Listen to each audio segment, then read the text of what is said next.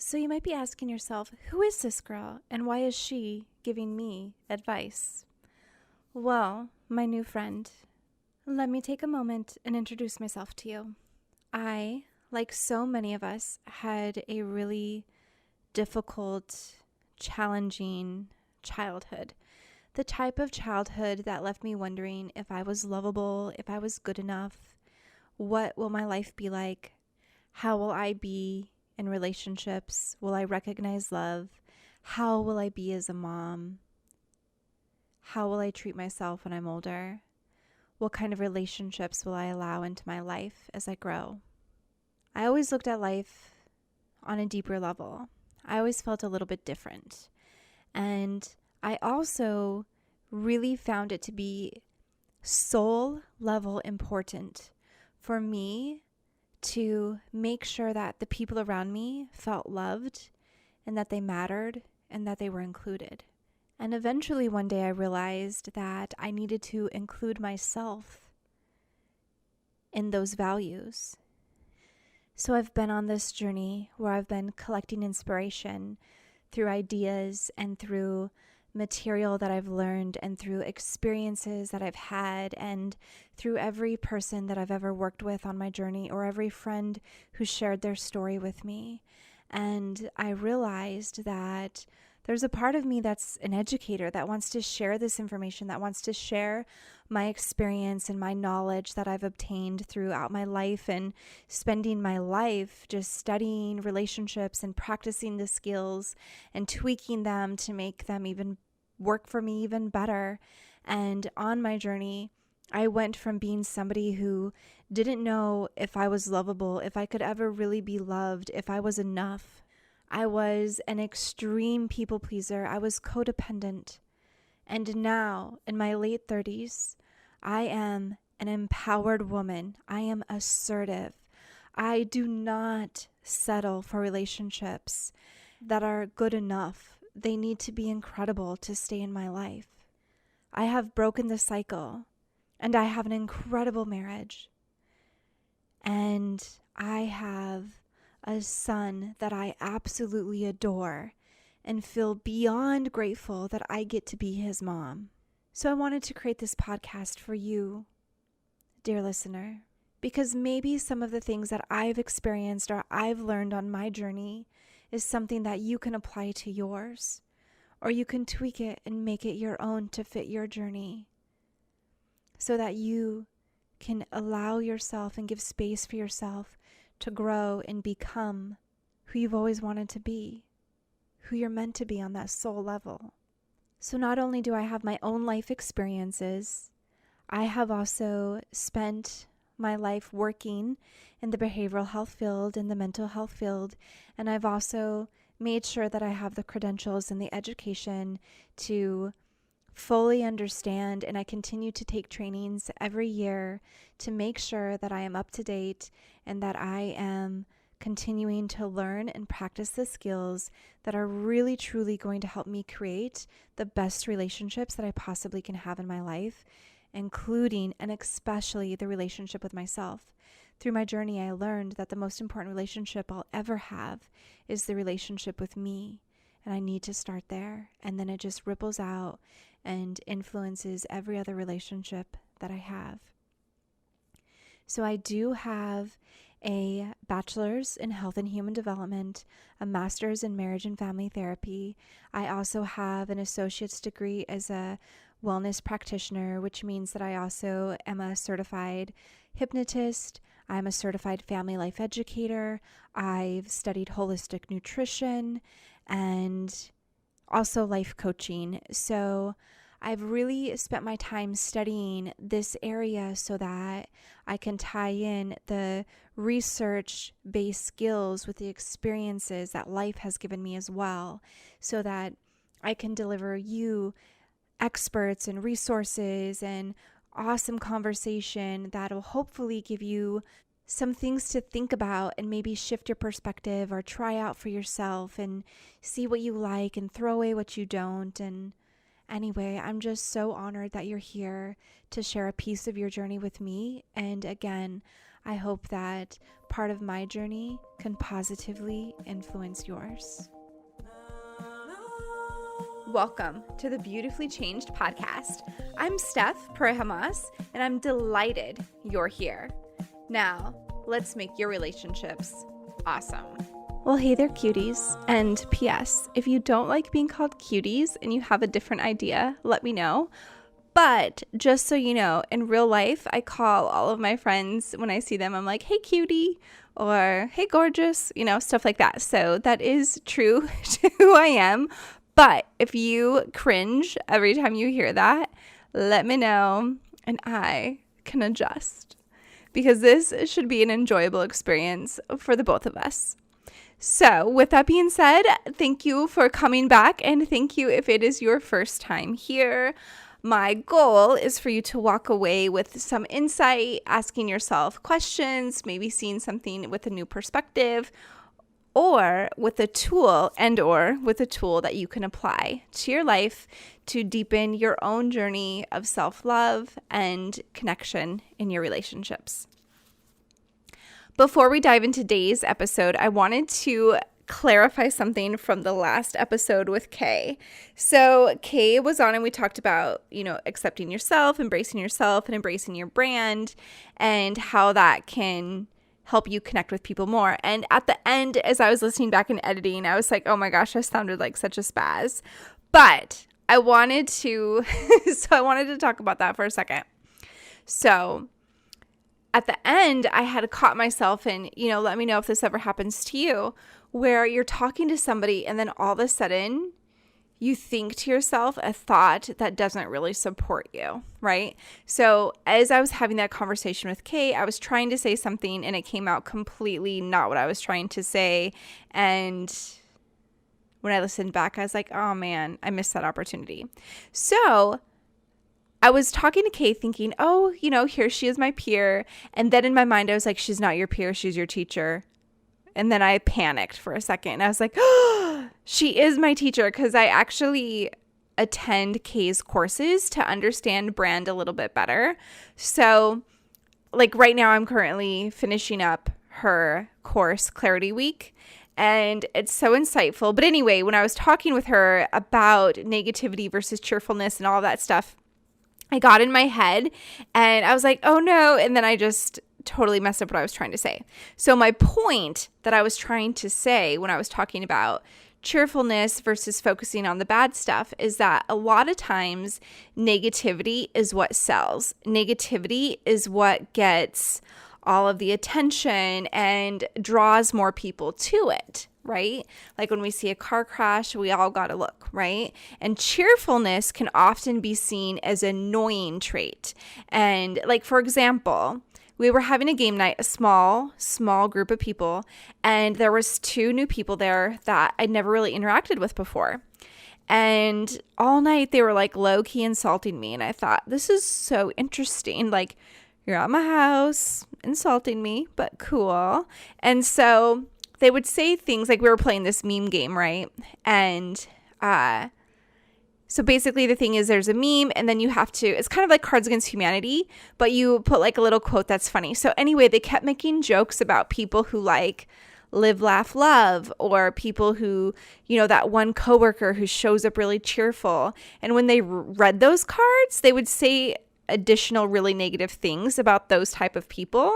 And I was like, oh my gosh, I'm one of those types of people. So obviously we wouldn't be friends or continue to hang out, right? Because I'm obviously not the right the right mix or fit of a person that they would want to be friends with, right? Like they would find me annoying and I would be hanging out with them getting my feelings hurt. So, or I'd have to hide who I was in order to be accepted by them. So my point of ending my conversation with Kay is that I wanted everyone who's listening, who is more cheerful, to accept that part of yourself and to know that it is okay to be someone who sees the world with a more cheerful lens and that you're not annoying. So I had also mentioned that because I don't spend time in the lane of anxiety or depression, I wanted to also clarify that. So I myself have never experienced depression. I have experienced like deep sadness, right? But depression is when it lasts for 2 weeks. So I've never had my deep sadness last for 2 weeks or longer. Okay. And so, but my husband has. So my husband has experienced depression, especially when he was getting out of the military and he was transitioning and all of these different transitions in our life. He did go through a period of depression. So I know that I have never felt it because I've worked with clients that have had depression and all that stuff. Again, the main understanding that my sadness has never lasted 2 weeks or longer. So the other thing is anxiety. I do feel anxiety quite often, pretty much every single day.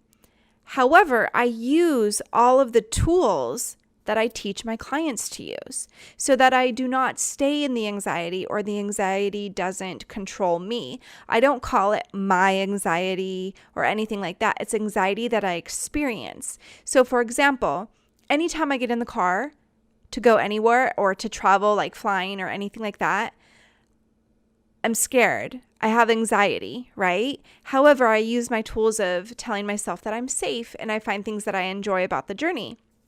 But literally, if I'm getting in the car to go to the store, my first thought is fear. My first feelings that I have when I get in the car to go somewhere is anxiety.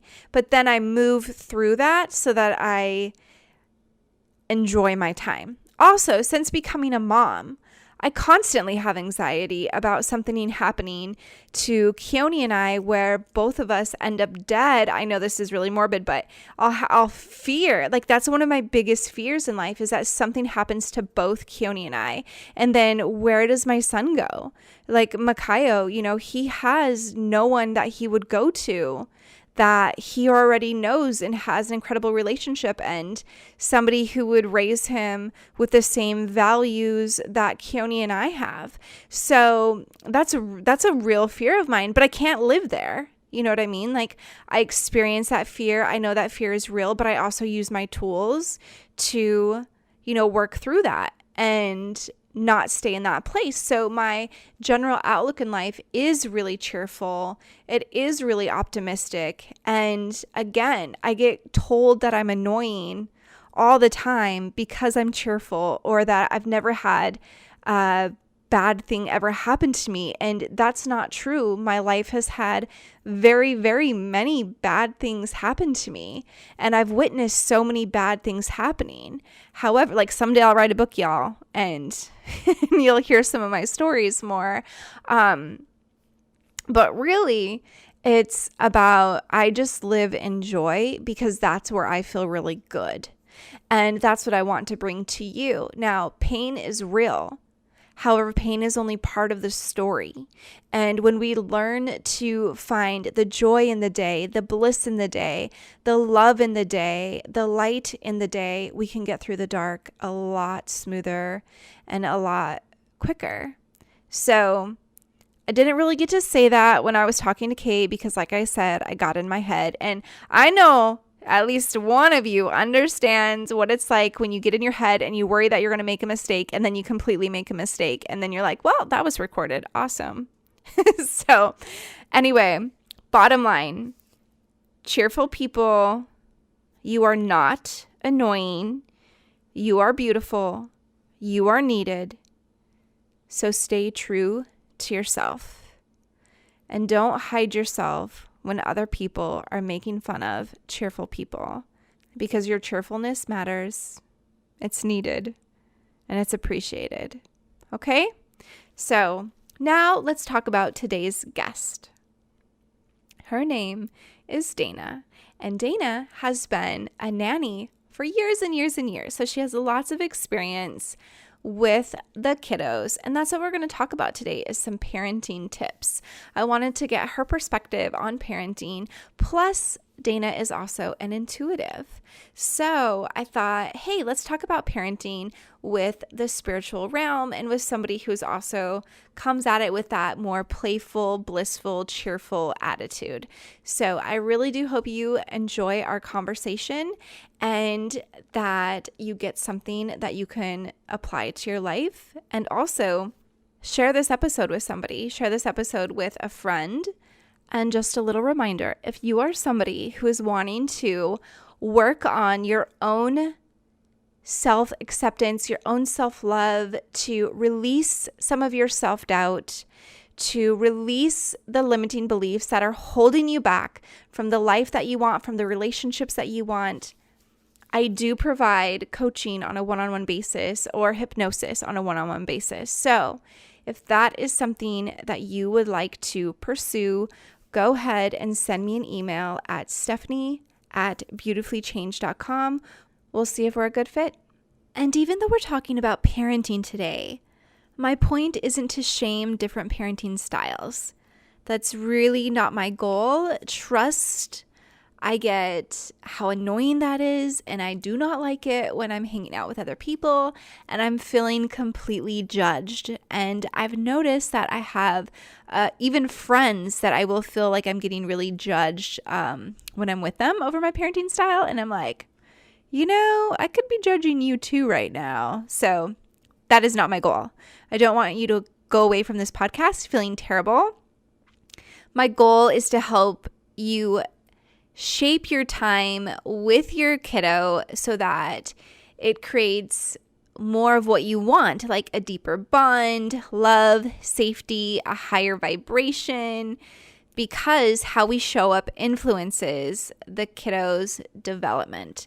So, as you know, my undergrad is in health and human development, and I found that so interesting that we have all these developmental stages that we go through in our life, and they can be influenced by the relationships that we have. So I just want to guide you in shaping yours in a more positive and uplifting so that you walk away feeling more filled up, and so does your kiddo. As you listen today, I want to invite you to think of ways you can be increasing the positive vibes in your own home and how you can make sure that you're meeting the needs of your individual children based on what they need and their personality, and that you end the interaction in the day feeling good instead of beating yourself up. Hope that makes sense. And honestly, I just want you to enjoy this podcast and have something you can take away from it, and that it'll add to your relationship with your children. So, love to you. Now, let's go ahead and dive in to the episode with Dana.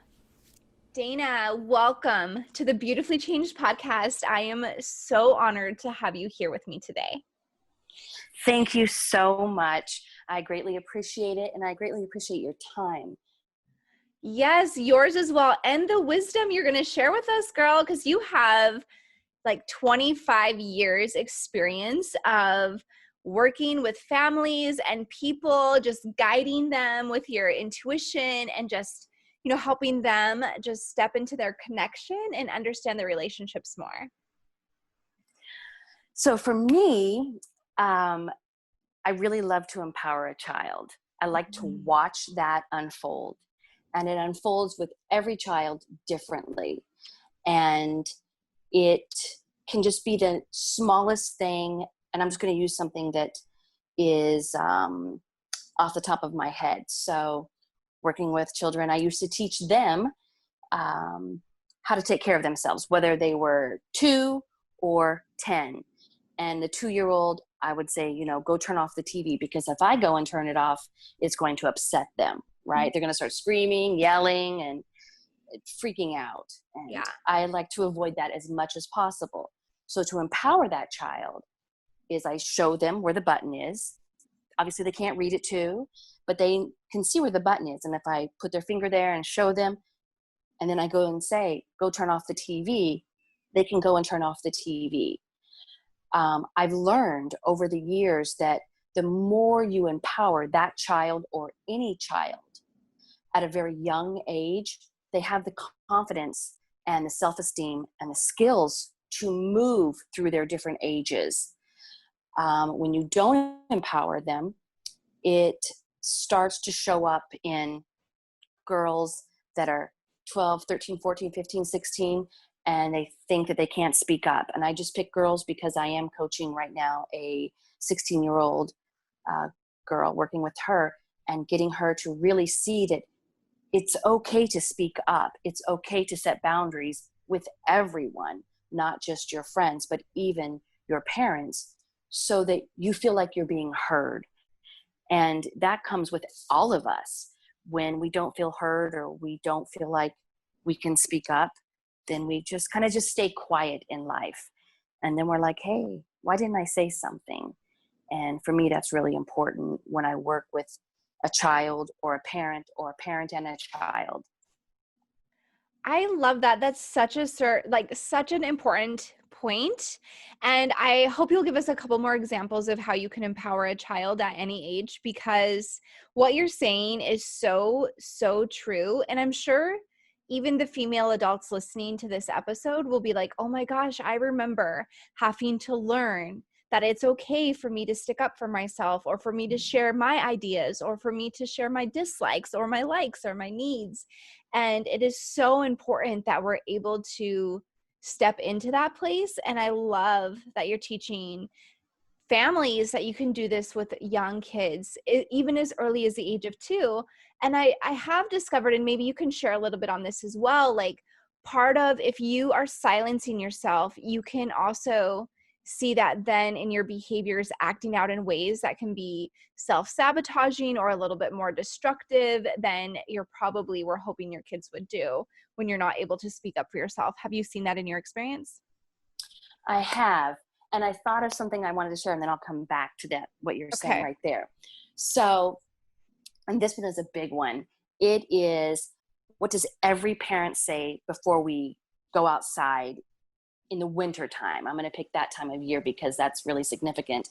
And it doesn't matter really where you live, but when it's fall and winter, what is the first thing any parent says to their child?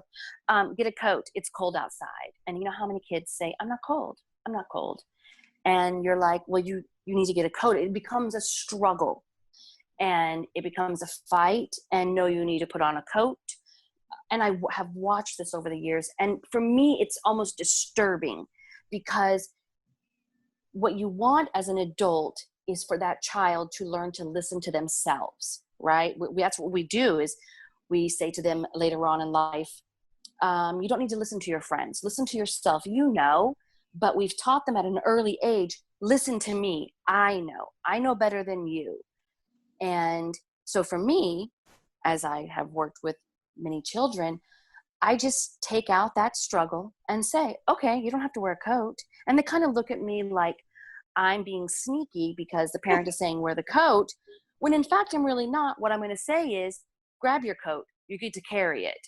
You don't have to wear it. It doesn't matter to me if you're cold or not. Eventually, when you get cold enough, you're going to put that coat on. But I want it to be about them. And when they get to make that decision, and it goes, even further. I have a girlfriend of mine that she told me that her daughter said, I don't want to eat meat. And okay, the daughter said, I don't want to eat meat. I don't want to eat my friends. And funny enough, they don't have any pets, but that's beside the point. And my girlfriend said, no, we eat meat. And I said to her, why? Why can't you just honor what she wants? If maybe her body feels funny when they eat meat.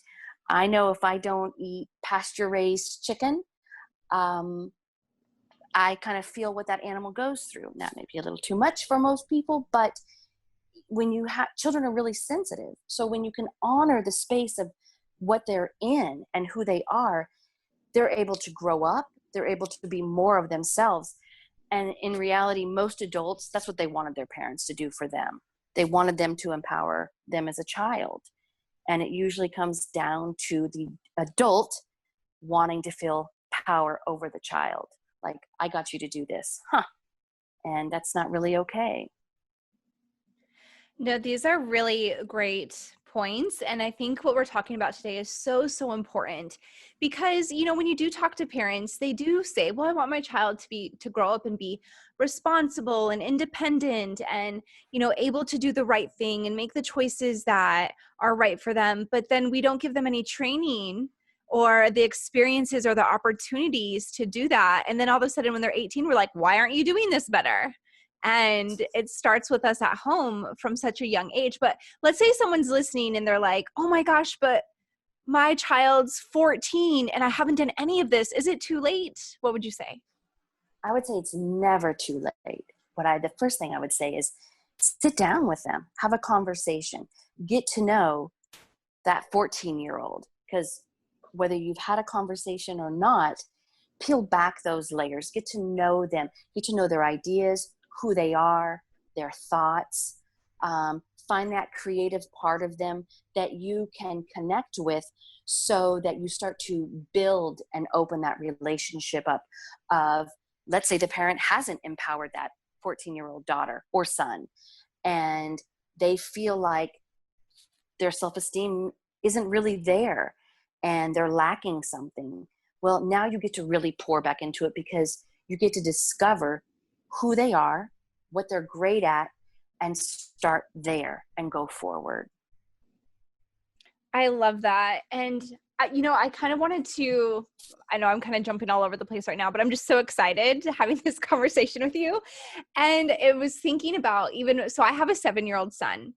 And one of the things that I just noticed, we just don't have these typical power struggles, or because I really do see him as an individual person and not someone that I'm designed to, control every decision. However, when I do want him to do something, because we homeschool and stuff like that. So one of his least favorite things to do is to practice reading.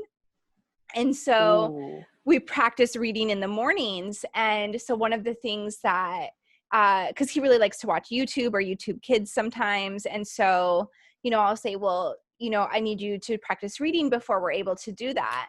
And then when he's like kind of goofing around, I'm like, it doesn't really bother me at all if you don't get to watch YouTube. You're the one who feels sad, when we don't get to. So it's really your choice if you have YouTube or not today, based on whether or not we read first. And then he'll usually be like, okay, let's read.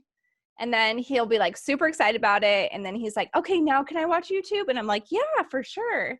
So I always make sure to follow through like right away, like as well when we're done. Like there's no 40-minute wait before he gets his YouTube. It's like we finish reading and then you can have the YouTube. But it seemed like you were going to say something about that.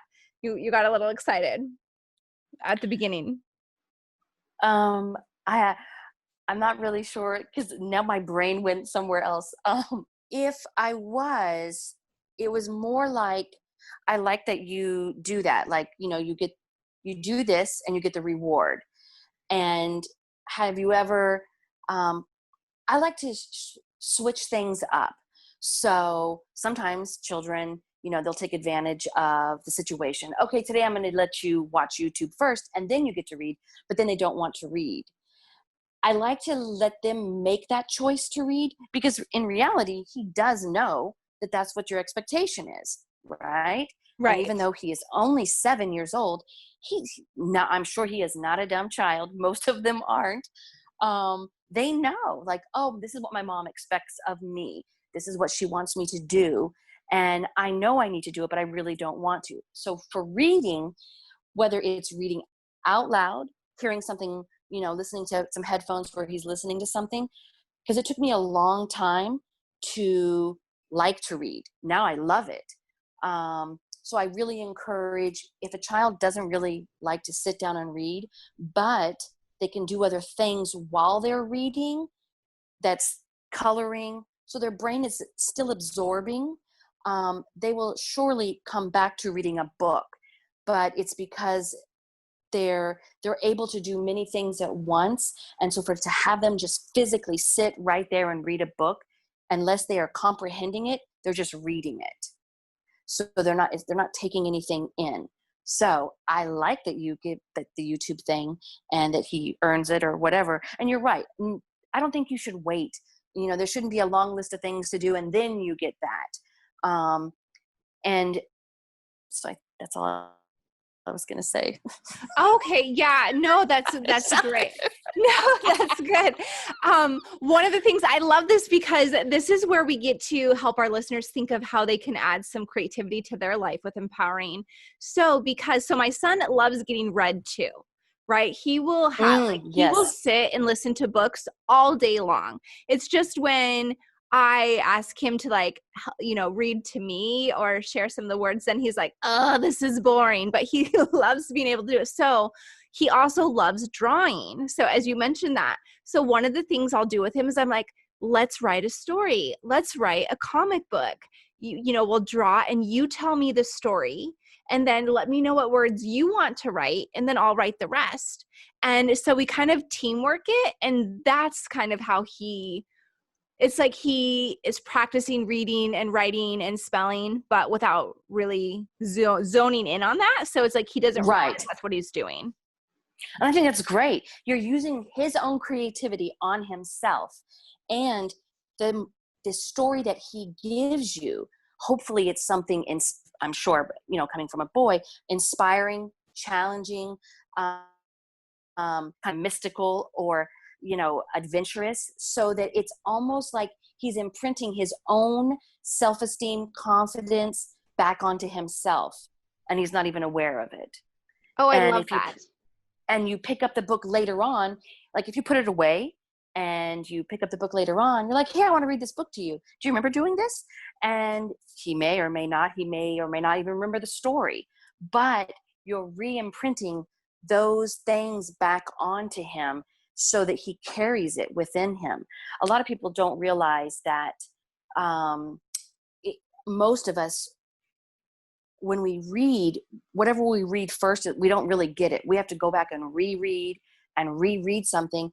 And then it's when it actually sticks in our brain that we're like, oh, I get that at a deeper level. You don't get it at the deeper level the first time. And so with children, that's one reason why they'll pick the same book 75 times. And you're like, I have already read this book 150 times. I can't. But it's imprinted on them. That's why they go to that book. That's why they go to that story or that TV show or whatever it is. It's because it's a memory in them. Oh, I love that. That's such a great explanation of why it's like the same book. You're like, I've read this book every day for the last year. And I have it memorized. But that's so funny. And you know what? I love that about him writing his own stories and how that's kind of, I've noticed also that it's a way for him to express some of his own ideas. And Mm. so it's so cool. So the last story he wrote was about like an inventor and none of his projects were working, but he just kept trying anyway. And I was like, I love this story. Like, oh my gosh, it was really cool to see. Right. And sorry, go ahead. Oh no, you go ahead. And one of the girls that I'm working with, I have her doing kind of the same thing in her own way as a 16-year-old girl, but she's also um, creating worlds of reality. So it's not just the physical realm. It's, she's going into other realms and bringing those in so that she starts to create that and manifest it into her own life. So there's so many different things you can do with children. And a lot of times, we get stuck on, okay, watch TV. And I don't see anything wrong with TV, YouTube, the internet, nothing like that. But I think that if they're not using their creativity, they look for something else to entertain them. And when it's an outside source, that's what they will tend to go to versus, oh, I'm going to go and sit and paint. Something I did with one of the families so long ago is in one room of their house, the kids could go in and draw on the walls, paint on them, color, chalk, whatever. And it could be pictures or words. It had to be something positive, nothing negative or, mean. But just letting that flow and that creativity come in. Now, people do that outside on the sidewalk. But if you live in Arizona like you do, you don't really want to go outside when it's 110 and draw on the sidewalk. Right. Another thing is, I thought of this earlier, and this was, as all of these schools are saying they're opening, not opening, we don't know, virtual learning. And I know quite a few parents that, were struggling with homework when schools shut down. And in a sense, I kind of feel for them, but in another sense, that's the gift. You get to be with your child. And I'm sure a lot of parents are like, I'm with them already. And are you really? Are you present with them? So I challenge those parents to say, let's do something creative today. Once a week or once a day, we're going to sit down and we're going to do something together, whether it's bake, and ask the child, what is it that you want to do? Is it make some pottery from home? You have the supplies ahead of time, and you create from that space, because kids, we all have talked about it. They're just little energy beings. And whether anything is said or felt, it's a vibrational feeling that goes out and they pick up on it. So they need something to know that their world is okay. And having a plan of, okay, you're not going back to school, but this time around, when we're doing virtual learning, homeschooling, whatever it's called, we're going to do it this way. And it could be planting a garden, even though it's late in the year, but it doesn't really matter. It's just physically doing something and having some kind of plan and structure, because that's what school is. They go to school and it's a structured system, and that's what they look for. Anytime I've ever worked for any family, whenever I started in the summer or the winter, I always set that structure in place, because then they knew what to expect from me. I have walked into homes where it's just utter chaos, and I'm pretty balanced. So it takes a lot for me to become unbalanced. But I also think of that child who is just like the Tasmanian devil. And I'm like, they really need that structure so that they can relax. And having that in place ahead of time, whether school goes back into session or doesn't or stops, you definitely want to have something set up. And you can make it fun. There's plastic bins that today we're going to do this. And you pull out the plastic bin and it has everything in it. You can also make it like a scavenger hunt. So, hey, the fairy left a note and we're going to do this today. You just make it fun so it's creative for the child as well.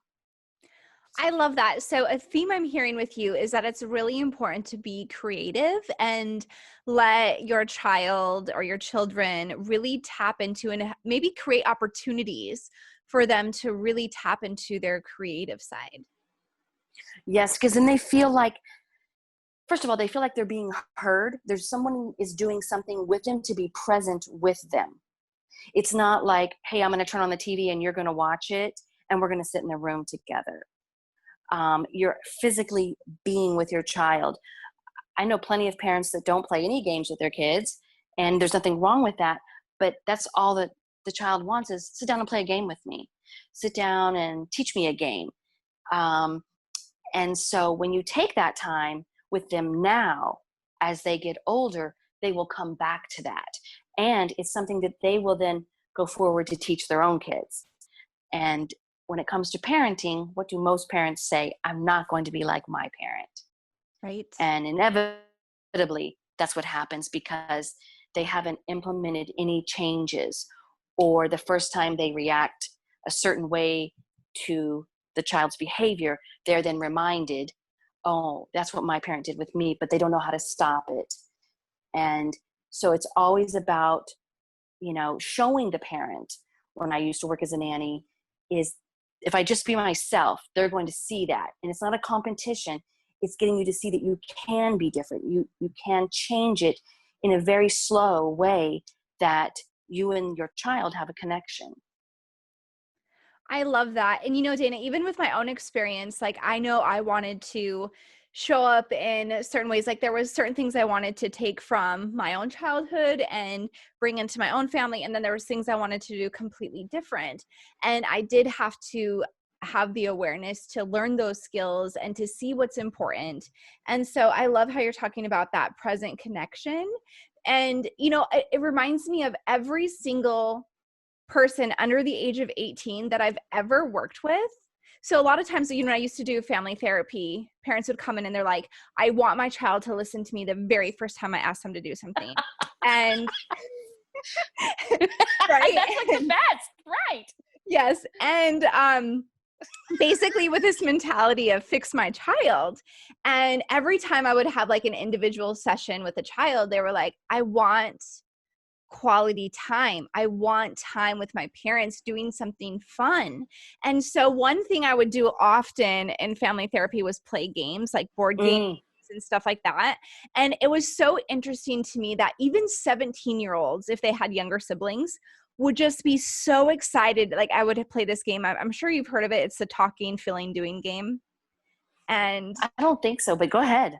okay. And so it's like, it just, they all ask questions and you have to like act out silly things. And, it's just a really great way to get to know your children's world and what they're going through and how they're perceiving things. And anyway, even the 17-year-olds would be like, oh, yes, we get to play a game together.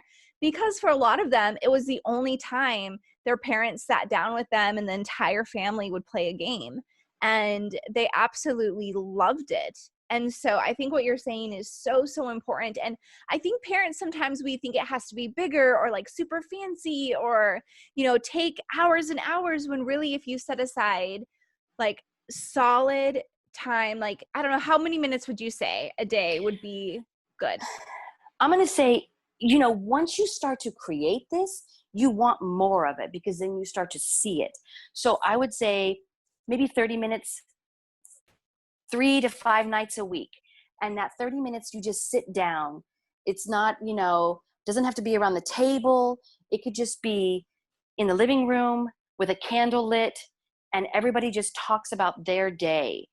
Or you play a game and the lights are dim. A lot of people don't realize, and this is something really important, and that is they want their child to go to bed, right? I know I'm going to jump ship real quick, but I'm going to come back because there's a point to this. Okay. And you're like, okay, we're talking about bed now, but they want them to go to bed and go to sleep really quickly. But if they've been stimulated with a lot of light, it's hard for that child to go to sleep.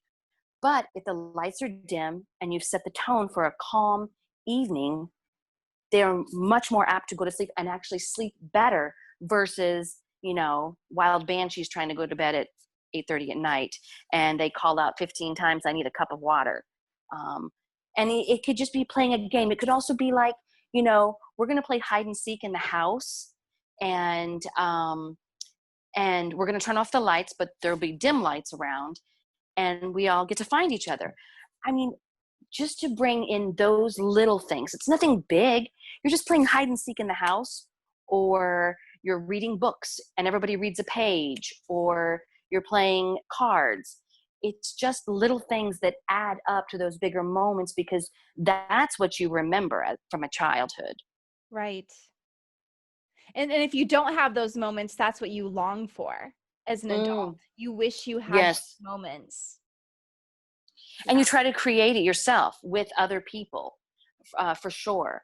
You have, you live with a bunch of people that you say, let's get together and play board games every night. And they're like, well, I did that as a kid and that person didn't. So they don't know, that, they're longing for that. Yeah, that's a really good point. Dana, this is so interesting. I never thought about that dimming the lights connection.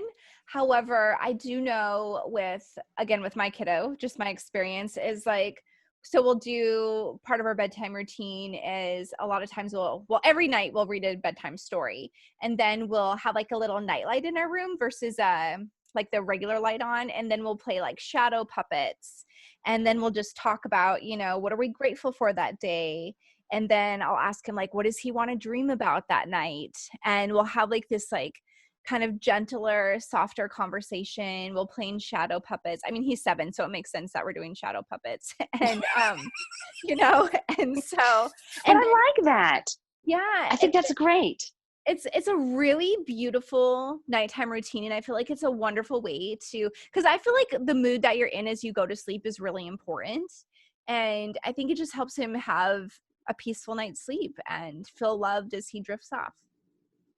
For sure. And talking about the whole sleep thing, as we all grow and change in life, I've changed a lot of my, what do I want to call it? Stricter views. I used to think that no child should ever sleep in any parent's bedroom. And then one day I had a child teach me in her own way. And it wasn't even that I was with her anymore, but what it must be like to wake up when you're 4 years old and you're in a room by yourself. Mm.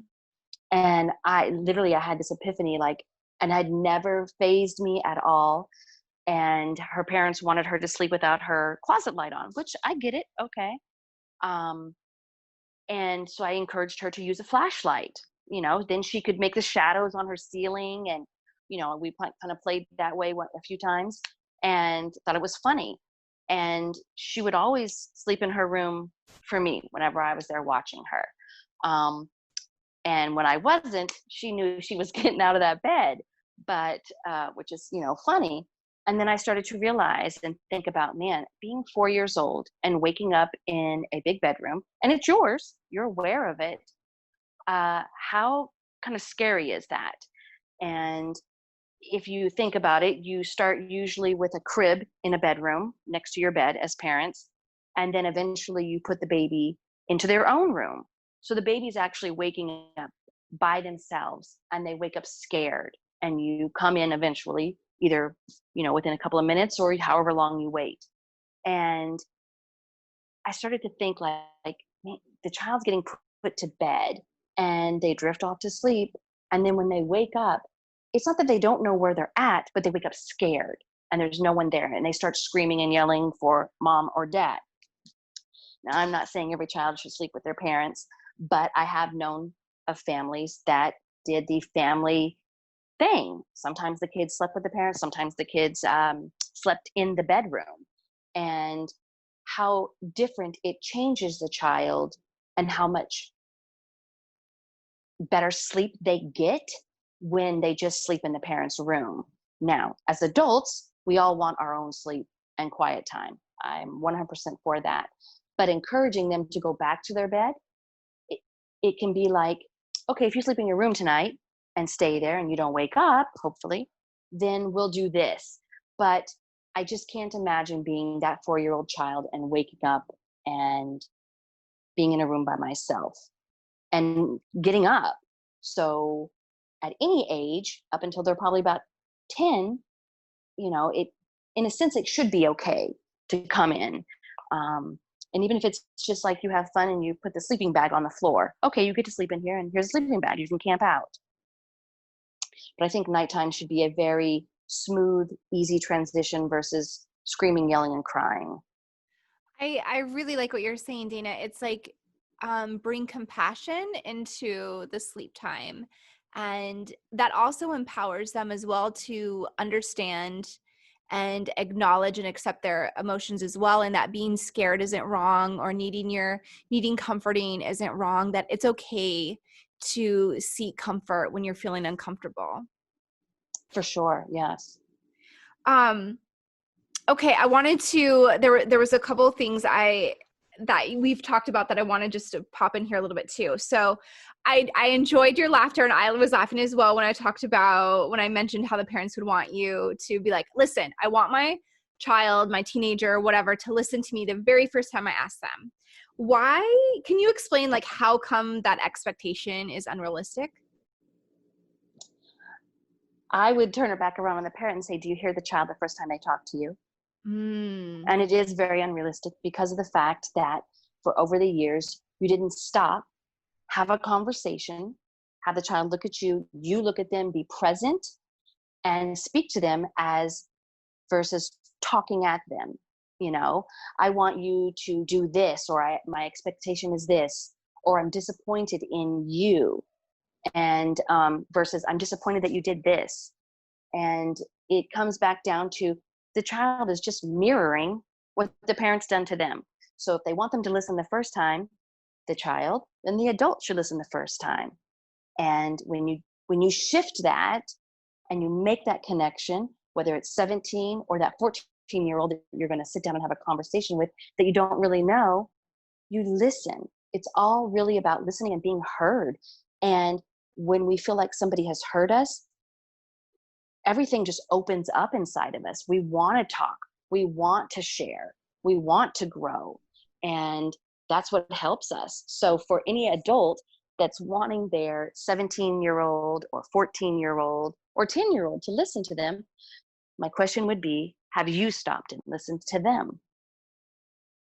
I love that. Okay, so a lot of this happens around chores, right? So how do you empower children to do contributions to the house or do the chores to, do their part in contributing to the family system? So a family that I used to work with so many years ago, they had 3 sons, and all 3 sons had to do certain chores, and they had a chore chart. And sometimes the chores had to be done in the morning, afternoon, or evening, just depending on who was doing what chore. And they knew, and they also got money for it. And some families, they um, say, we're going to go do this. If you do this, we're going to do some big activity. It's just also teaching them to take care of themselves. You want to teach them how to take care of their room. If you give them too much stuff and your expectation is, I want you to clean your room, they don't know how to do that. So it's overwhelming to them. So it's better for you to take everything out, give them what they need, and then the expectation is, okay, you're going to clean this up, and this is your room, and it's going to be kept this way. Now, it can get a little messy, but always encouraging them to get rid of stuff, give stuff away, keep things cleaned up. And it shows them that they can take care of themselves. And you start this very young. This isn't something that started, when they're 7 years old. It's more when they're 2, 3, 4, 5, they start cleaning up, and then they want to do it. Now, as they get older and you have chores, like you were just asking me, you kind of rotate them. If you have more than one child, obviously, then you rotate the chores so that there's a balance, because not everybody wants to do the same thing over and over again. But you also find out if that child likes to cook, okay, they get to meal prep once a week, and they get to cook dinner for everybody. So it kind of makes it fun. Um, eh, you know, then the child that isn't cooking, they get to do the dishes. Um, if the trash has to go out, everybody takes a turn taking the trash out. I don't think anything should be one person's job, because eventually they're going to go out and live on their own, and they're going to be the person that's going to do everything. Mm. So to know how to do everything is going to benefit them in the long run. And, if something isn't done right, it's okay. The world isn't going to come to an end. You don't have to freak out like, oh my gosh, you didn't rinse off a dish. You just have them take it out. And even if they don't have a good attitude about it, you stop and say to them, thank you for doing that. You helped contribute to us being able to sit down and do this tonight. So if everybody works together to get the chores done, we get to sit down and do this, versus I cook dinner, I clean up, and you get to run amok in the house. And then when it's time for bed, there's no time for any of us to be together. So making that where everybody's doing something helps just the family flow together. Such solid points. Loving this. Okay, so what if when it comes to chores or cleaning up, what if the younger one, or 10 or younger, if they're like, can I get help? Can you help me do this? What would you say? I would say, um, depending on, I'm going to say clearing the table. So they got a stack of dishes and silverware and all of that. I would say, okay, I will take 2 plates and you have to take 3. One, I don't want to buy a bunch of new plates. And I want to show them that working together gets it done, and there's no argument. And so that it shows them that, okay, I will work with you. My expectation is you're going to work with me. And also, this is probably the best part now. You probably really need to be careful if you have glass dishes, is I'm going to make it a game. I'm going to put a timer on. And as long as nothing gets broken, you get to pick dessert, right? So it becomes, I'm going to get my chore done first so that I get to pick the dessert that I want. And I just think that everything, should have a little bit of joy in it, whether it's clearing the table, taking out the trash. You want them to want to do it. It's not their most favorite thing to do, sitting down and watching TV and YouTube and anything else would be much more fun, right? But everybody needs to help. And so encouraging them and making it a game takes out that struggle, that tug of war, and they also get dessert. What is it that you think some parents are resistant, like kind of resistant to making it fun or rewarding them because, well, they should just do chores. I had to do chores when I grew up. I didn't get any of this fun. Like it was just, this is what you had to do, or you got in trouble for it. You got grounded, or you got spanked, or you lost privileges. So that's what I'm going to do because it worked for me and I'm fine. Um, no, you're not fine. And we wouldn't be here, if you would just do it the other way. I think that something about that is you get to change the vibration of your family by making it fun versus screaming, crying, yelling at them to go to their room, belittling them. You don't want any of those things. And if you just make it fun, you can put on some music and everybody's laughing and talking versus screaming, crying, kicking, and you're feeling frustrated because now you're going to be left to clean up all the dishes. And it's just those little things that just takes a shift. And when you take the time to do it with them, and yes, it can be their job. You don't have to do everything. I'll take the glasses, you take the plates and the silverware or the placemats, whatever it is working together. And that's what you want to teach them is I'm going to work with you as you're working with me. And it gets done faster and we get to go and do other things. And you're right. You can do it the other way. Everybody can, but your household isn't that much fun. I loved that, Dana, the change the vibration of your family. Like it is such an incredible opportunity. And you know what? I think it takes a little bit of humility too to say, okay, you know what? Maybe I could do this in a different way that's more empowering and uplifting and feels like a more loving environment for the family that I want to create. Right. For sure. Oh yeah. The just the ability to say, I want to make that shift and I want my kids to feel it. I want them to feel like, oh, I want to do this. How many times have you heard or your parents heard when you were growing up is, oh my gosh, Stephanie was so great. She, cleared the table and helped us.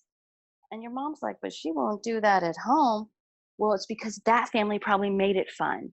How Mm. many times do kids go over to somebody else's house and the parent says back to the other parent, oh my gosh, they vacuumed the rug. And the parent's like, what? And it was just because the way that parent made them feel. When I work with a child or worked as a nanny, it was the way I made the child feel. They felt important, heard, understood. I was still the adult.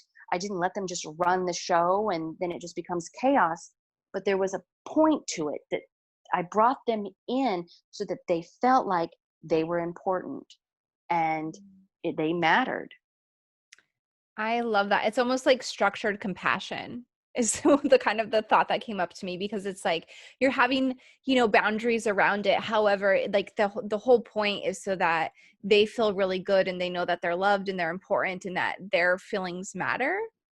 And Right. that's life-changing. Yeah, because then when they come home to their own house, they may not do anything because of what their parent expects of them, what their parent has said to them.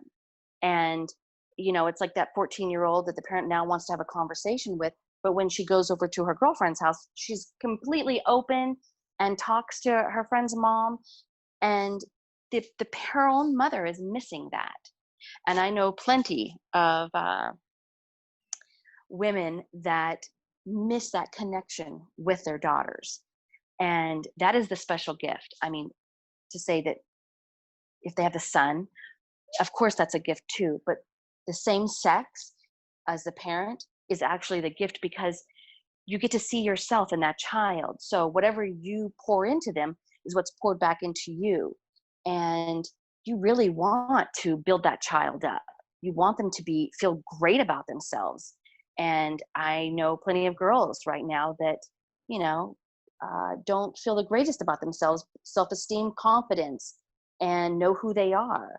So for me, it's really important. It's just that child to see that I see them. Mm. I love that. Okay, so now I'm just going to ask a couple random ones when it comes to empowering, just to get your intake on it. So, is it empowering to say to a little girl when they do something that you like, is it empowering to say, good girl? I I don't believe good or bad. I don't think you should ever use those. I think you should say great job, because what makes a good girl? She sits there, smiles, nods her head, and does whatever you want. No, good or bad, they're still good. They're still a great child. So you could say how smart she is, and some people will probably say, "Well, good is she's a good girl."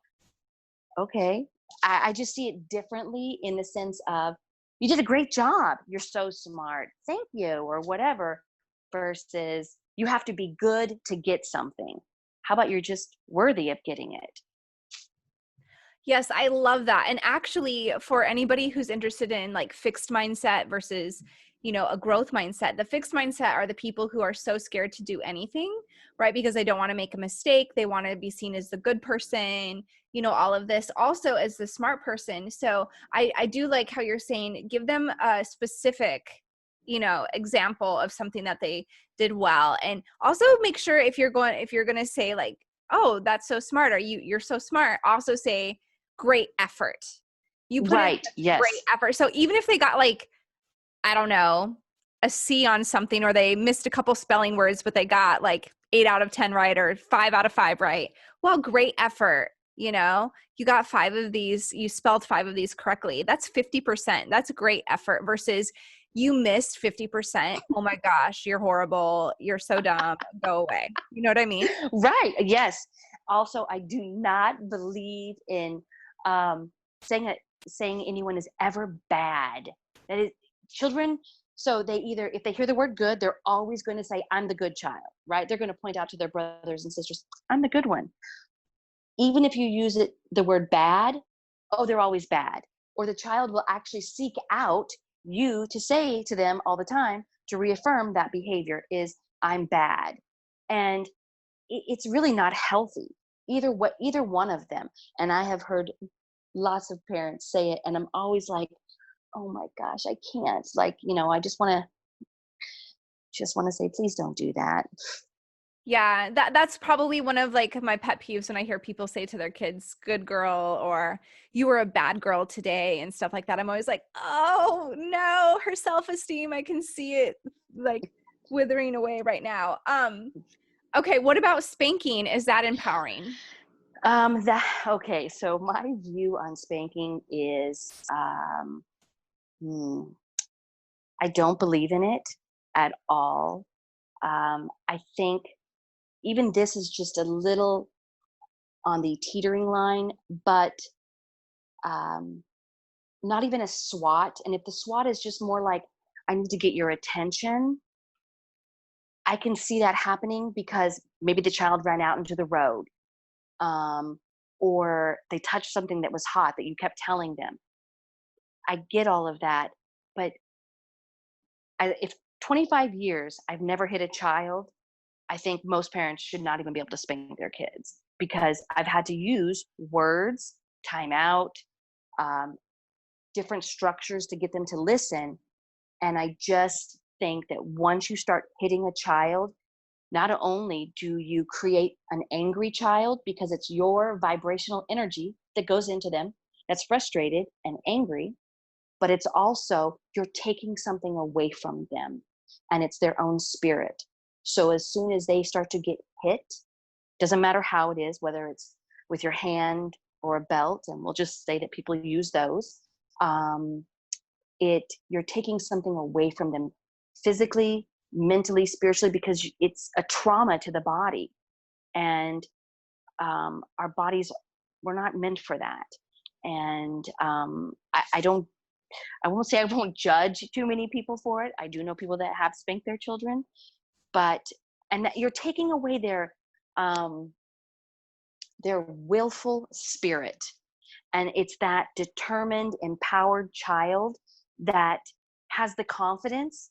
So as soon as you pick spanking, it disempowers them, and it takes their own curiosity for life, their own confidence away, and they feel like I need to hide behind somebody. That person will protect me, or that person won't hit me.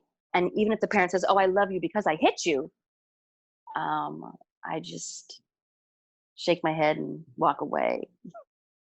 Yeah, it's one of those interesting things where that child's not allowed to hit anyone else, but yet the person that they trust the most in their life, and that's huge compared to them, gets to hit them when they want to, when they feel frustrated, Right. right?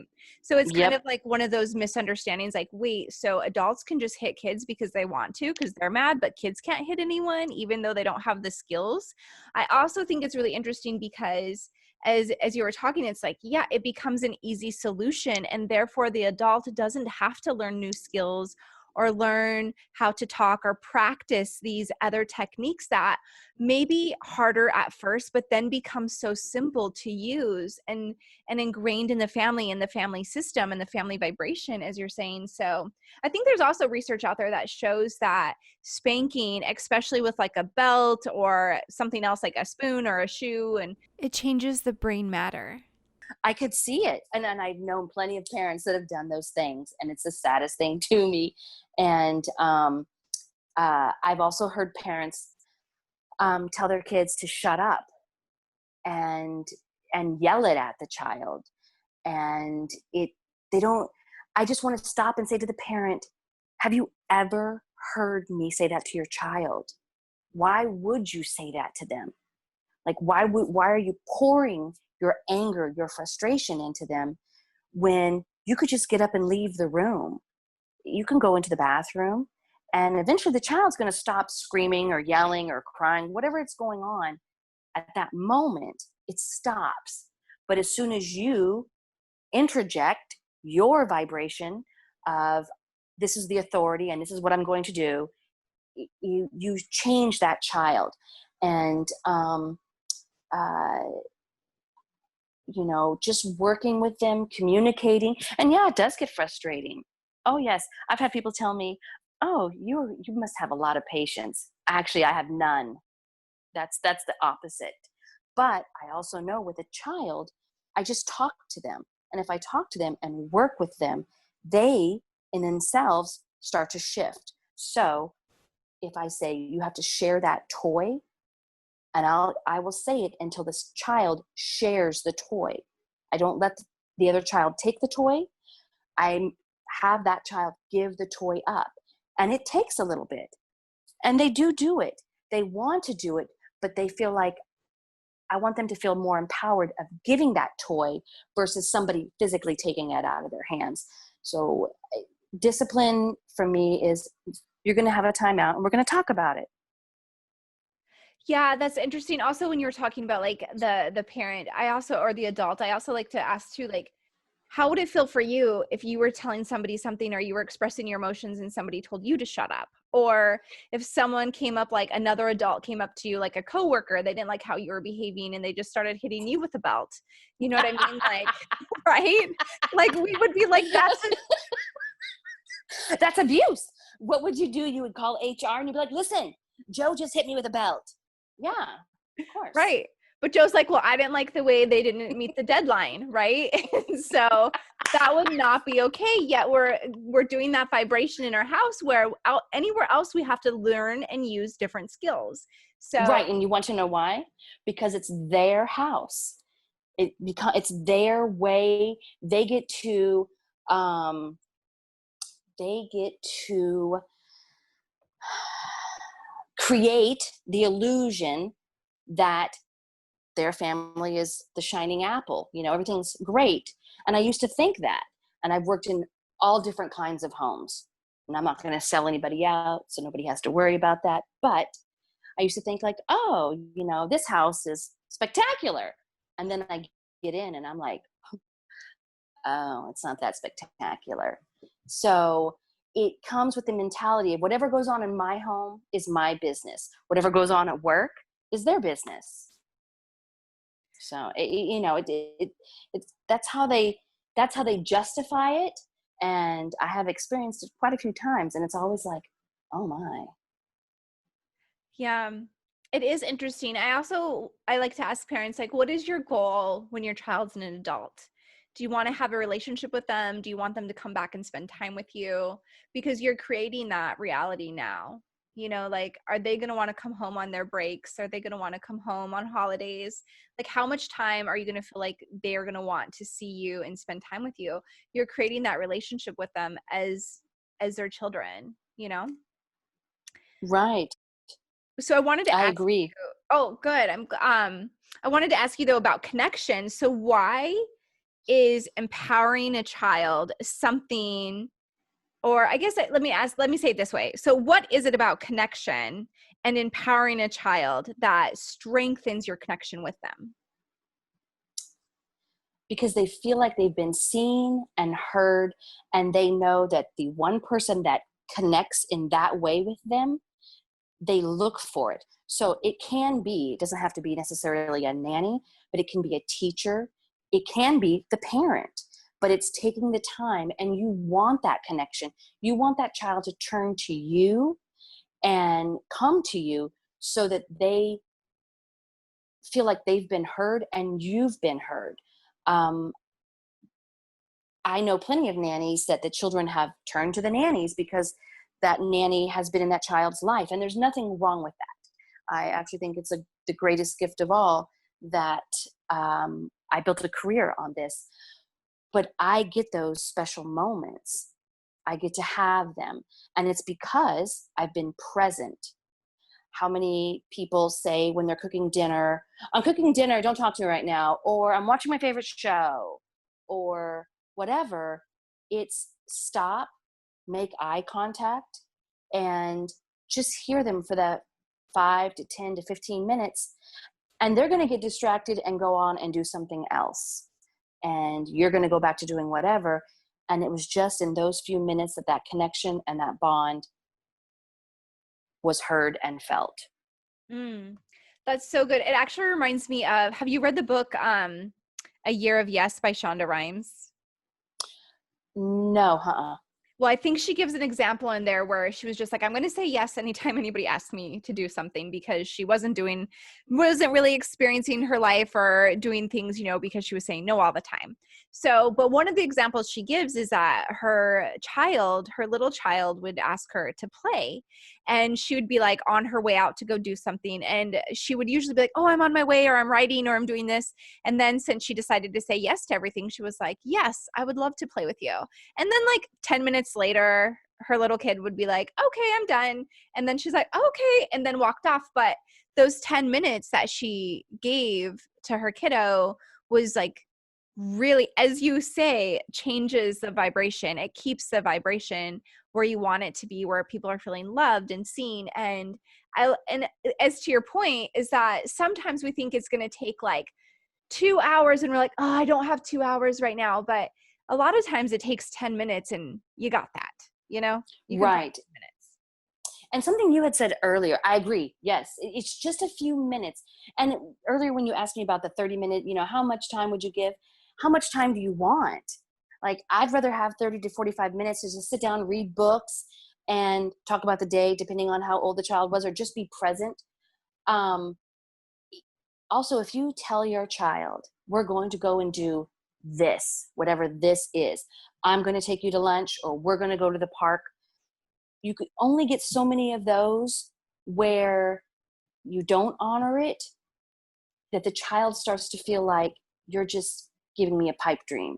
Mm. And sorry for that analogy, I didn't know what else to use, but they keep asking for the same thing.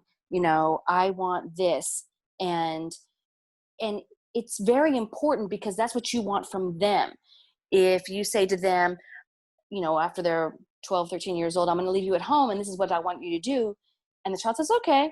And then you go off to do whatever you're going to do, and they don't do any of those things. Well, it's kind of coming back full circle, that what you didn't give, why would they eventually give what you want? So I think for parents, when you say that you're going to do something, you honor that. And if you can't honor it at that moment, you honor it at a special time, and you do it a special way. I'm just going to throw the park out there. So I can't take you to the park this afternoon because I have a business call. Okay. Well, the next morning you get up and you take the child to the park. and you take them to get breakfast. So it's kind of a double, blessing that we're going to get breakfast and go to the park, and they forgot about what you said, that you didn't do it. Yes, I love that example. That's so funny. That was one of my stars that I had down, was keeping promises, the importance of it. So I love that you address that, because it is so, and I think it's up until like age 11 or 12 anyway, that kids don't see in like gray area. It's black and white. So if there's an exception to the rule of a promise that you said, like, oh, we're going to go to the park. Oh, it's raining today, we're not going to the park. They're not like, oh, I get it. If they're like 7, they're like, oh, I get it. No, they're just thinking, whoa, you said we're going to the park and now we're not going. So it does start to chip away at the trust they have for you. I know as myself, like, I'm 38, but I had promises broken to me all the time growing up. And to this day, I still, if someone says, like, gives me a promise, I'm like, are they really going to do it? You know what I mean? Like, yeah. Like, I don't get excited about anything or get my hopes up about anything until it's actually happening, unless I say it myself. But if somebody else tells me they're going to do something, I'm just like, okay, we'll see. If you do it, awesome. And then I'll get excited when it's happening. But until then, it's like, I'm just not so sure if you're right. And you don't want to be disappointed. Who wants to be disappointed? Nobody. And I have experienced, children saying, well, they said they were going to do this.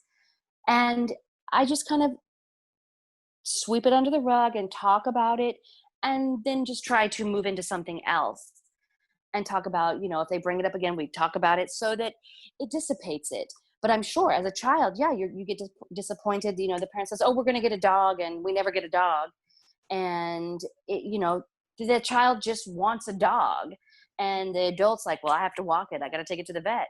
Well, of course, but you also have a child that has to go to the doctor too. So either way, something needs to just let it flow. And I have a girlfriend of mine, her daughter really wants a dog. And so yes, they don't have a dog. It's the disappointment that you don't want in life. Yeah, that's very, very true. And when somebody who loves you is the one who breaks the promise and you love too, then it can also kind of confuse. Also, as we talked about everything. So if you're not empowering and you're only controlling, you're setting a story for what love looks like to that child. And that's how they'll expect love to be in all of their relationships. So I think that's important to think about as well. Right, for sure.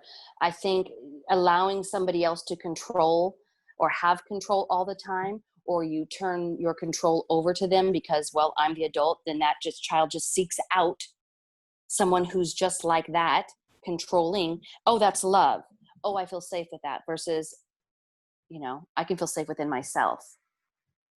Yes, so important. Okay, I also wanted to ask you about, how do you empower a child with their emotions? So let's say, we'll just stick with the park. They're at the park, they fall, they're crying because they scraped up their knee. And very often you'll hear parents say, oh, you're fine, stop crying, just walk it off. And they're like, okay. So what would you say or they're scared and they're crying or whatever. They're upset because, I don't know, they have the purple plate versus the pink. So how would you, right? Because that's real. So how do you empower children when it comes to their emotions versus having them shut them down because you're uncomfortable or you don't have the patience for it in that moment? So I never, ever say to a child, you can't cry. Crying is release. We both know that. And you need to be able to cry. It moves you through different feelings and emotions if you can release it through crying. Also, it's just a frustration. So I'm going to go back to your first analogy, because that's kind of me, but not really me, is if they fall down and they scrape themselves and they are crying, definitely run over, pick them up, hug them, tell them they're okay. It hurts, all those things, but definitely pick them up because that's what they're needing at that time. If they fall down and they're not crying, but they kind of look like they're shocked, I do say, you're okay, jump back up, because it teaches them like, oh, I can get back up. Versus if they are actually physically hurt, they definitely need that nurturing side. And I notice a lot of children miss that. There's an imbalance in their home of the lack of nurturing. And that comes from parents not being nurtured. So how can they give what they don't have? A child that says, I want the purple plate. Well, I head things off usually at the beginning. What plate do you want? You want the pink one? And you want the purple one. Okay, so if I have two girls and they both want the purple one, I'll say one gets one for lunch and one gets one for dinner. Or if I have two purple plates, there you go. I don't try to create a scenario where somebody's going to lose something. I try to head that off because there's no reason for it. If a child says to me, and I've had some picky kids, I only want that cup. And I'm like, it's just a cup. Well, for whatever reason, that cup is their particular cup.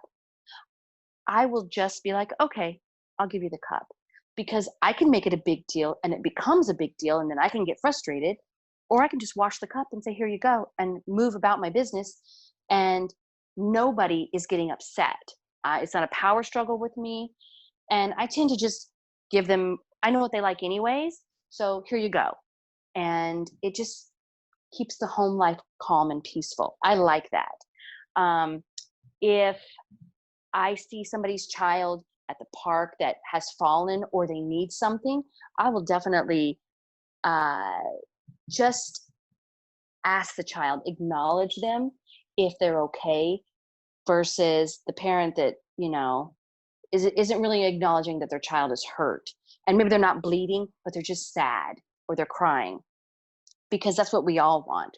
When, we feel sad or bad, we want somebody to see us and we want to be seen. So when it comes to acknowledging if they're really hurt, I'm over there picking them up and let's, brush it off and go back to playing. If they've just fallen and they're kind of like dazed, I'm like, you're okay. And they realize, oh, I am okay. And then they get back up. So I think there's a difference. If they're hurt and bleeding, I don't want to say, oh, you're fine, get up. I want to say, hey, I'm here. Let me clean you up. Sit here for a few minutes.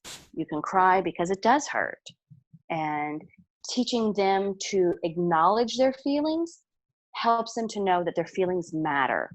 And most people are told at a very young age, don't cry. You can't be angry. You can't get frustrated. And all of those things can be talked through and worked through.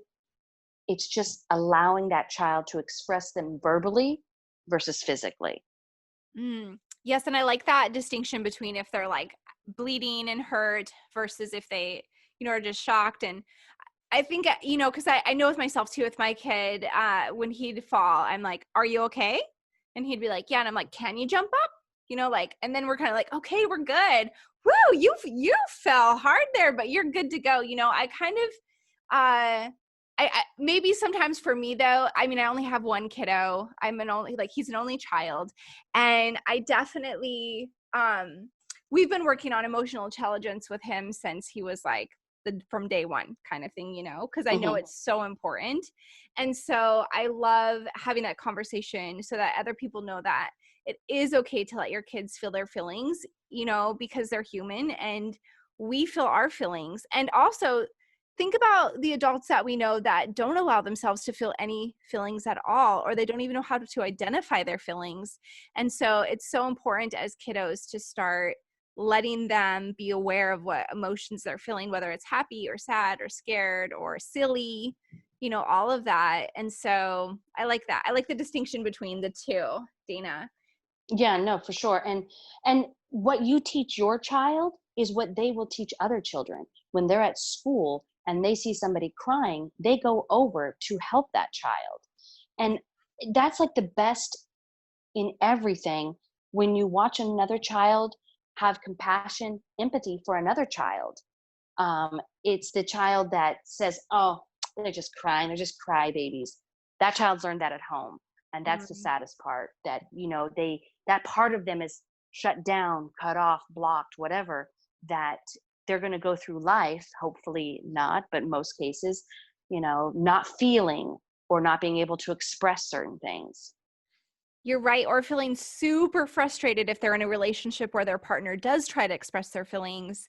And then they're like, oh my gosh. Like I literally remember dating a guy back in my, you know, like early 20s. And if I ever got sad, he literally said that to me. He'd be like, what are you being a baby about now? And I was like, are you kidding me? Is this a real question right now coming from somebody who's 20? Like what? So it was very, very interesting. Obviously, that relationship did not work out. Um, I because, would have made him a special dinner, real special. and okay, so I'm really curious because you do have your intuition that you are definitely tuned into. So, how do you use your intuition when it comes to working with families? Whew. Well, along with my intuition, I am really sensitive as an empath. So if let's say I'm going to walk into a household, um, I I kind of have to shield myself because I take in so much that I can start to feel everything. So when I come in to work with a family as a nanny, I would just observe them and just kind of see who they are and what they do, and then um, show them by my demeanor that there's a different way, Mm. right? Because most adults, and this has been my experience, is I don't know anything. But I always find it funny because I can get your child to do what you can't get them to do, but you can yell at them and belittle them, and I can just talk to them and we go about our business. Um, if it's somebody that I'm working with as a coach, I still approach it the same way, but I also really want the adult to really talk to me because all they're doing is expressing their frustration and they're getting it out. But eventually, I'll be able to bring it back around to them so that they can see it's just their own stuff their child is mirroring to them. I like that. That's great. Okay, so I'm curious if because you do coaching online or do you do just in home or how does that work when you're working with a family or an individual? If it's on the phone, it's just on the phone. There's no FaceTime or anything like that. If it's somebody that wants me to come into their house, and I in the area that I live in, uh, I can do that too. But I'm kind of selective because I'm walking into a home that um, has all of their stuff and Mm. all that energy, and being so sensitive, it's not my most favorite thing. So there was one particular family, this is a while ago, when I was in Charleston, that I worked with their son, and he had a lot of frustration and anger for 3 years old. And I worked with him a lot to really listen to himself. And once the parents kind of seen that I was helping him in that way, they shifted to do the same thing. So they started to mirror. So lots of times it's really the parent just watching, Mm. but a lot of parents, they want to be right and they don't want to do something different and they want to do it their way. And I can just say, okay, but what it comes down to is, do you want what I'm getting or do you want what you've had? Which is it? Because you can get what I have, what I'm getting. You just have to shift a couple of things. And once you make those shifts, it the relationship changes between parent and child, or you can keep going down the path you're going down. Right. I So I like, try to do it. Go ahead. I'm sorry. oh, no, I was just going to say, I like that you know, kind of bring that to their attention. Like, okay, well, we can keep doing it the way you're doing it and continue to get the results you're getting, which you're obviously frustrated with. Or you can try this new way and we could keep tweaking it until it works for you so that you can have a new experience. Yes, and I really try not to go to anyone's home unless it's absolutely necessary. If they really want me to, come and spend time with their child and really talk with them and, just kind of interact, play, I can definitely do that. But it's not my most favorite thing because I am walking into all of their chaotic stuff. And I'm a pretty upbeat, peaceful individual. And I like to keep my energy to myself. And so what I gave over the phone is definitely, free flowing. You're getting all of it, but I'm not absorbing their stuff. So there's a difference.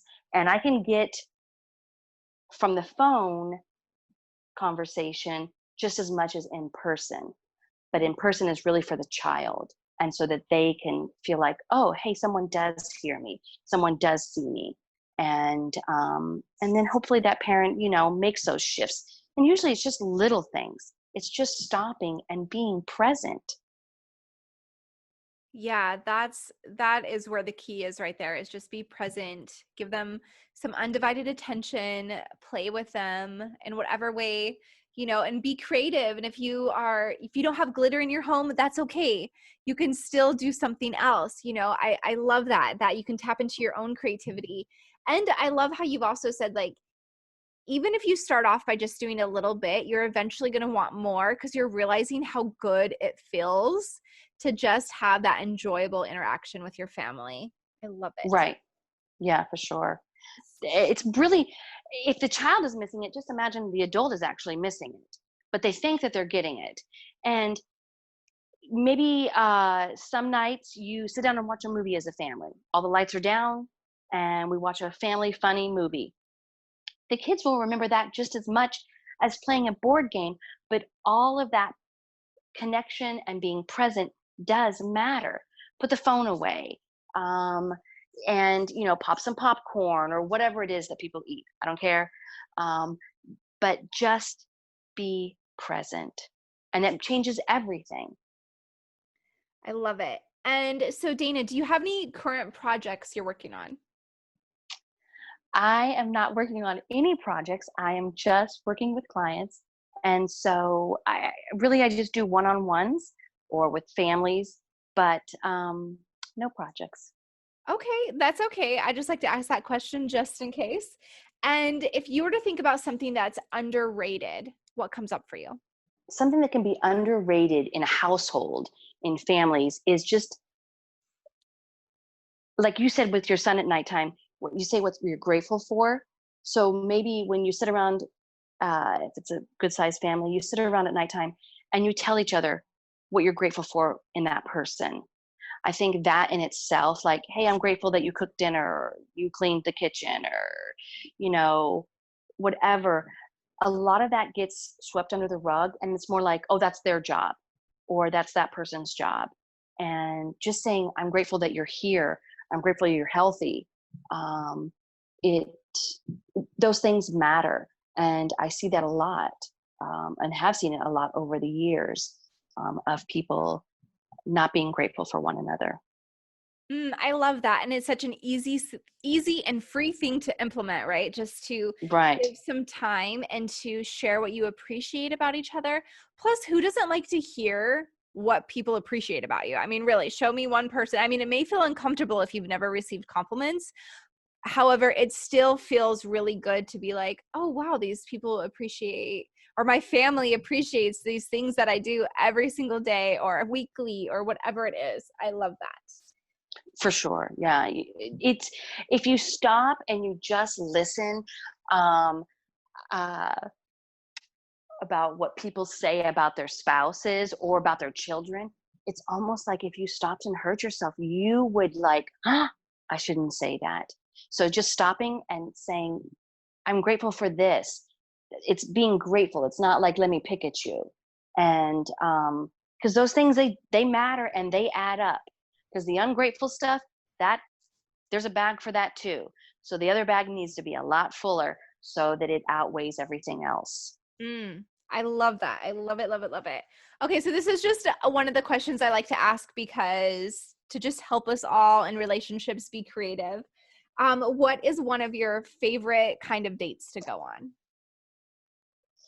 Um, uh, hmm, I would say I like to go on drives, and I'm not a big restaurant person, so I would rather just cook my own food or pick up food and go on a picnic somewhere versus going to sit in a loud, place where people are talking or nobody's connecting. Um, I like to just go for drives and be outside. Ooh, I love that. And who doesn't love an amazing picnic? It's like such a peaceful yet romantic and kind of intimate and vulnerable, but yet provides all this opportunity for real connection. I love it. And a drive. I love going for drives. That used to be actually one of my favorite things doing. I used to live in Montana. I grew up there. And going for like a drive was something we would always just do for fun. So it's definitely, we still do that with my family too. My husband, every once in a while, he's like, let's go for a drive. I love it. Well, you know what? My best, I mean, I have a few, many, whatever, but my favorite childhood memory is I was born in Missouri. We left when I was 6. And my grandmother used to take each one of us grandchildren for drives and in the wintertime. And we would go and get a milkshake. And it was usually around, she would take this throughout the year, but this one I remember so especially is she would go get a milkshake and then we would go look at Christmas lights. And I don't really care about a gift. I mean, who doesn't love gifts? But if you say we're going to go for a drive and it's Christmas time, I'll be the first one in the car and we can drive for hours. And I can tell you many, many households I worked for, that's what something I would do with the kids is we would go for drives and look at Christmas lights. And I can tell you most of those kids remember those drives. They will remind me of it. And playing Christmas music and just driving neighborhoods and then coming home. So that would be my probably most favorite childhood memory. I love it. Oh, I love that you guys would get milkshakes. That's fun. Yeah, in the freezing cold weather. Yeah, that was great. I was like, I feel like we would get like, when we were in Oregon, we'd get like hot chocolate and cookies and then go. But yeah, milkshake. But still, you could just put the heater on. You'll be good. Exactly. The windows down. I can't drive in a car. The windows have to be down. I don't care if it's 100-degree weather here in South Carolina. I want the wind from outside. So yeah, no. But that is like my favorite memory. And but she did that with us for the longest time. And even when we moved to California, whenever she would come to visit, we would do the same thing. So yeah. I love that. I love that. And it sounds like you're very into nature, and nature just really helps just keep you connected to yourself and your peace.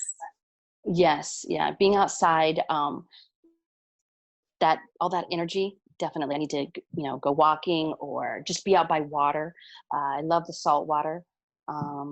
But the mountains and the trees, growing up in Northern California, I grew up by the redwoods. Okay. And so just being outside a lot. I love it. And so Dana, if anyone wanted to contact you or work with you to receive some guidance from you, how and where would they find you? On Instagram, the Nanny Coach, or, I have a website and it's called theawakenedintuitive.com. And either one of those, they're connected to get together as well as separately. And either way, I check, emails or DMs and I'll respond. Wonderful. And last question, what is a piece of advice that someone has given you that you keep in your back pocket and you can go to it whenever you need the reminder? I had someone say to me once, and it was like, it kind of caught me off guard. And this person said, don't judge me. And at the time I wasn't judging this person. It was something really dumb. But I thought much later on about that. And the person was just eating something that wasn't that healthy. And I thought, how funny that this person actually thinks I'm judging them and I wasn't. But how many times do people judge people over eating something that isn't that great for us, or because we enjoy it, or, they're drinking that wine or whatever it is. So it's really that one phrase like kind of caught me off guard. And I was like, okay. And I've remembered that is everybody's on their own path. Everybody's doing their own thing. And everybody is evolving at different levels. And so not to judge anybody. Just let them have their journey. Let them have their journey and whatever they want to do, eat, whatever. More power to you. I like it. I agree, and I like to sprinkle seeds. That's what this podcast is for. We're just here sprinkling seeds, giving new ideas to think about, but continue on your path. This is just a flower on your way.